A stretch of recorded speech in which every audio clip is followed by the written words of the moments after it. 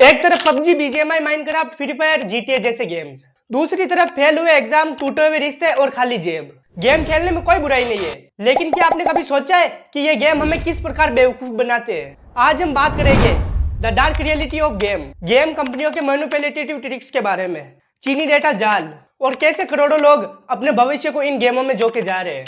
तो नमस्कार दोस्तों, स्वागत है मेरे यूट्यूब चैनल पर। आई होप आप सभी अच्छे होंगे। तो मेरा नाम है आदित्य कटा।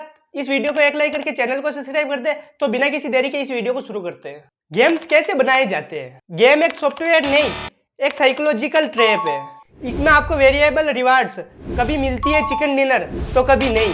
यह अनप्रिडिक्टेबली आपको बेवकूफ बनाती है। इससे आप एक गेम हारते हो तो आपके मन को तुरंत संदेश भेजा जाता है कि यार दूसरा गेम और खेलते, इस बार हमने वो गलती की, इस बार वो गलती नहीं करेंगे तो हम वो गेम जीत जाएंगे। तो आप उसी के चक्कर में बार बार रिपीट करते जाते हो और जब तक कि आपका फोन डिस्चार्ज नहीं हो जाता, और इसी के चक्कर में आपको वो लत लग जाती है। अब जब आप गेम खेल रहे होते हो तब आपके दिमाग से एक डोपामिन रिलीज होता है। आपके हर किल करने से, हर मैच विन करने से आपके दिमाग पर डोपामाइन रिलीज होता है। हाँ, ये वही डोपामिन जो ड्रग्स के अंदर शामिल है। एंडलेस लेवल लूप्स, गेम कभी खत्म नहीं होता। हर बार एक नया मैप मिलेगा, हर बार एक नई लोकेशन मिलेगी, हर बार नई गन मिलेगी, हर बार नए बंदे मिलेंगे। इसके अलावा skins, coin, XP reward process illusion बनाते हैं, जिससे हमको लगता है कि यार हम कुछ अचीव कर रहे हैं, यार हमने वो अचीवमेंट पूरा कर लिया है, यार मेरे पास वो टाइटल है। ऐसे करके आपको उस गेम की लत पक्की लग जाती है। इस चीज को कहते हैं कंक्लूजन लूप डिजाइन, और इनको डिजाइन करने वाले मनोवैज्ञानिक टीचर होते हैं। यह तो हो गए गेम कैसे बनाए जाते हैं और उसके अंदर क्या आपको देखने को मिलता है। लेकिन अब बात करते हैं कैसे गेम हमारे शरीर के ऊपर इफेक्ट डालते हैं। क्या आप जानते हैं WHO ने 2019 में गेमिंग डिसऑर्डर को एक मानसिक बीमारी के रूप में मान्यता दी। भारत में बच्चों की यह हालत है कि एवरेज 4-5 घंटे मोबाइल पर गेम खेल लेते हैं, जिससे कि उनकी कंसंट्रेशन पावर घटती जा रही है। नींद की कमी, आंखों पर असर और सबसे खतरनाक इमोशनल डैमेज। 13 साल का बच्चा पबजी के बैन पर इतना गुस्सा हुआ कि खुदकुशी कर ली। गौर कीजिए, एडिशन अब सिर्फ ड्रग्स और शराब पर निर्भर नहीं रहा, उसमें एक और कारक ऐड हो गया है और वो है गेमिंग। अब बात करते हैं ये जो गेमिंग कंपनियां होती है, इनका पैसा कमाने का मॉडल कैसा होता है। आपको भले ही वो गेम फ्री में मिलता हो, लेकिन गेम वाली कंपनी उस गेम से कई करोड़ों रुपए कमा लेती है। गेम के अंदर इन ऐप परचेज होते हैं, जैसे कि यूसी, डायमंड्स वगैरह वगैरह। लूट बॉक्सेज गेमलिंग का साफ उदाहरण। आप पैसे देते हो और आउटकम रैंडम होता है। एड्स और sponsorship, watch ad, get review, आपकी अटेंशन बेच दी जाती है। अब यह आंकड़े आपको बहुत छोटे लग रहे होंगे, लेकिन क्या आपको पता है 2024 में सिर्फ पबजी गेम ने भारत से 1200 करोड़ रुपए कमाए, और आपको रिटर्न में क्या मिला? कुछ नहीं। अब आप बोलोगे कि यार मुझे आउटफिट मिले अच्छे, मुझे स्किन्स मिली, उसका आप क्या करोगे? आप तो एंटरटेनमेंट के लिए खेल रहे थे, लेकिन उसमें आपने पैसे लगा दिए। सोचो, ये लत नहीं है तो और क्या है? अब भैया इन सब रोल के पीछे होता है चाइना। भारत में सबसे ज्यादा चलने वाले गेम कहाँ से आते हैं? पबजी है जो टेंशन कंपनी का है, वो चाइना की कंपनी है। फ्री फायर है जो गरीना के अंदर आती है, वो सिंगापुर और चाइनीज कोडिंग पर आधारित है। अब जो कॉल ऑफ ड्यूटी है वो एक्टिविजन और टेंसेंट कंपनी की ही है।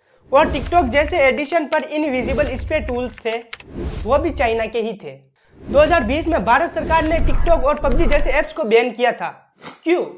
क्योंकि ये ऐप्स आपके डिवाइस से डाटा कलेक्ट करते हैं, location, content, uses patterns, every keywords, और ये महंगे भाव पर बेचते हैं दूसरी कंपनियों को, स्कैमर्स को, जिससे कि आपका सब डाटा उनके पास चला जाता है।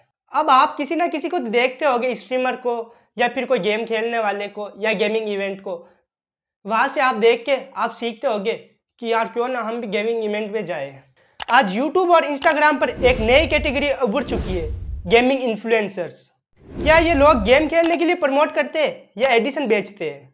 पैसे लेकर गेम्स का प्रचार करते हैं, बच्चों को इंस्पायर करते हैं, प्रो प्लेयर बनने के सपने दिखाते हैं। जब तक ब्रांड पैसा दे रहा है, ये कुछ भी एंडोर्स कर देते हैं, और ये खुद के लॉस, फ्रस्ट्रेशन या मेंटल ब्रेकडाउन कभी नहीं दिखाते। ये है मॉडर्न इरा के डिजिटल ड्रग्स डीलर्स, बिना हेल्थ वार्निंग के। अब ये जो आप गेम खेलते हो, इसका आपके एजुकेशन पर क्या असर पड़ता है? क्या आपने कभी देखा है कि ये जो बच्चे हैं, ये एग्जाम की तैयारी में कितना वक्त देते हैं और पबजी में कितना? अब हालात ऐसे हो गए कि ये खेलते समय 3 घंटे कब निकल जाते हैं पता ही नहीं चलता, लेकिन पढ़ाई के 30 मिनट भी उनको 30 साल जैसे लगने लग जाते हैं। अब ये जो गेम खेलते हैं वो एक फोकस लेकर चलते हैं कि मुझे ई स्पोर्ट प्लेयर बनना है। तो मैं आपको बता दूं कि टॉप 1% ही ई स्पोर्ट से कमाई होती है। बाकियों का क्या, 1000 में से 900 बच्चों का क्या होगा जो अपनी पढ़ाई छोड़कर सिर्फ गेम पर लगे हुए हैं। अब इसका एकेडमिक परफॉर्मेंस पर क्या असर पड़ता है? 10वीं और 12वीं में लगातार गिरते नंबर आ रहे हैं बच्चों के। इसका कारण एक है गेम। गरीब पेरेंट्स सोचते हैं कि कम से कम फोन पर बच्चा शांत रहता है, लेकिन असल में वो धीरे धीरे हार रहा होता है। अब ये सब सुनकर आपके दिमाग में तो एक ख्याल आया होगा कि ये सब देखने के बावजूद सरकार और स्कूल इस पर कुछ कार्रवाई क्यों नहीं कर रही। तो इस पर कई देशों ने तो सख्त कदम उठाए। चीन में 18 साल से कम बच्चों के लिए गेमिंग हफ्ते में सिर्फ 3 घंटे ही है। दक्षिण कोरिया में नाइट गेमिंग बैन है। फ्रांस में सिर्फ गेम स्कूल्स में खिलाए जाते हैं और वो भी गेमिंग स्कूल होते हैं। अब हमारे भारत में क्या है भैया, कुछ राज्य गेमिंग एक्स पर टैक्स लगा रहे हैं पर कोई स्ट्रक्चर्ड पॉलिसी नहीं। सीबीएसई या एनसीईआरटी में गेमिंग एडिशन के लिए तो कोई टॉपिक ही नहीं है। हमें जरूरत है डिजिटल डेटॉक्स एजुकेशन की, स्कूल सिलेबस में, घर के रूल्स में और पेरेंट्स की अवेयरनेस में। लेकिन ये सब कहाँ पॉसिबल होता है? इंडियन गवर्नमेंट को सिर्फ टैक्स चाहिए, चाहे वो ब्लैक मनी हो, चाहे कुछ भी हो, चाहे बिजनेसमैन हो, चाहे कुछ भी हो, किसी भी प्रकार से उनको टैक्स चाहिए। तो हम सरकार से तो कुछ उम्मीद ही नहीं रख सकते। अब इसकी कुछ टिप्स मैं आपको दे सकता हूँ। अब सवाल है, गेमिंग या छोड़ दे या समझदारी से खेल ले। अब आपके हाथ में। टाइम लिमिट कर दे, गेमिंग सिर्फ 1 घंटा करें। नोटिफिकेशन बंद कर दे ताकि आपको बार बार डिस्टर्ब नहीं होना पड़े। और परचेज तो कुछ करना ही नहीं है गेमिंग में, क्योंकि उससे आपको एडिशन लगती है कि यार मैंने इतने पैसे लगाए तो मैंने किया क्या, मैं तो प्रो प्लेयर भी नहीं हूँ। तो इस वजह से आपको परचेज तो कुछ करना ही नहीं है। गेमिंग की जगह कोई दूसरी हॉबी अपना ले, बाहर जाए खेलने के लिए, कहाँ पे भी चले जाए। अब अगर आप किसी के पेरेंट्स हो तो अपने बच्चों पर ध्यान रखें कि वो गेम ना खेलकर कोई दूसरी चीज चला ले फोन में, और अपने बच्चों का स्क्रीन टाइम ट्रैक कर ले। अगर आप इन्फ्लुएंसर है तो रिस्पॉन्सिबल बने।